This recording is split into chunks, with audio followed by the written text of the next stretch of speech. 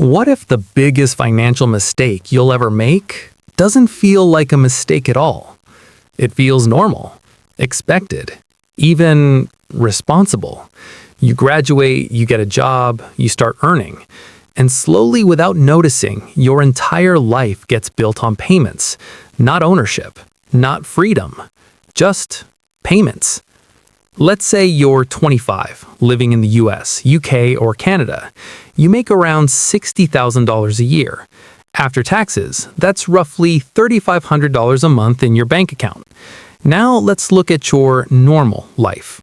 Rent, $1,200. Car payment, $400. Insurance, fuel, subscriptions, $300. Groceries, $400. Student loan, $300. Credit card minimums, $200. You haven't done anything extreme. No luxury lifestyle, no reckless spending, just normal. And yet, you're left with around $700.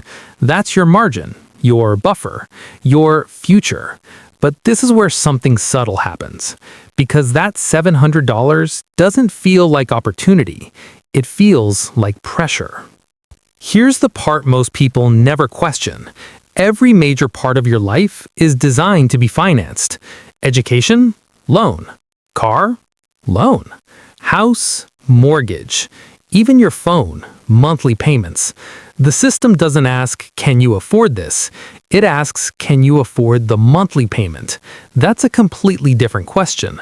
Because when you think in monthly terms, almost everything looks affordable. Let's take a small example. A $25,000 car seems reasonable. You finance it over 5 years at 6%. Your monthly payment is about $483. Doesn't feel extreme, but over time, you don't pay $25,000. You pay closer to $29,000. Now imagine upgrading your lifestyle every few years. A slightly better car, a slightly nicer apartment, a slightly higher credit limit.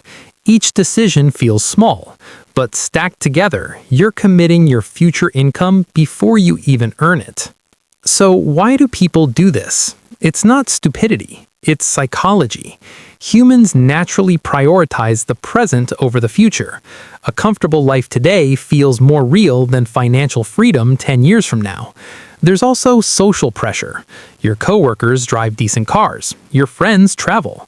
Your social media feed shows a curated version of success. No one posts their debt, so you assume this is just how life works. And slowly, your standard of living rises to match your income, but your ownership doesn't. At first, debt feels harmless. Level 1, student loans. You tell yourself it's an investment. Level 2, car payments. You need it for work. Level 3, credit cards, just for flexibility. Level 4, lifestyle debt. Upgrades, travel, experiences. At each level, your life improves slightly, but your flexibility decreases massively.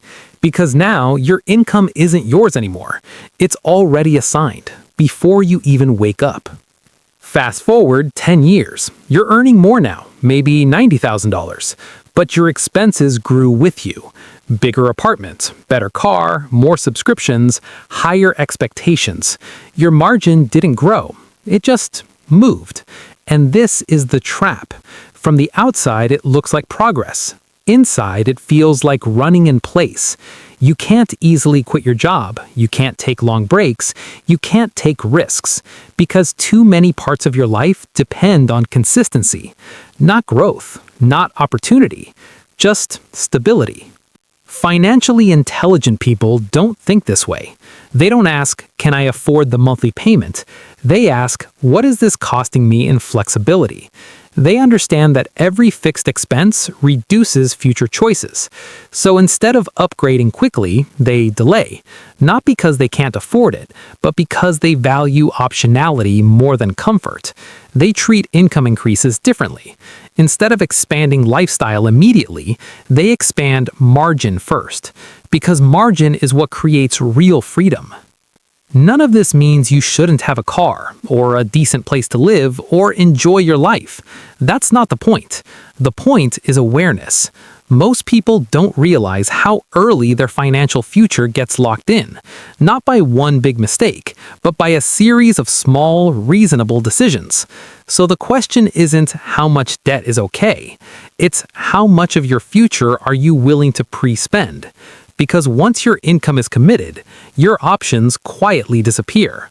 And most people don't notice until they actually need those options.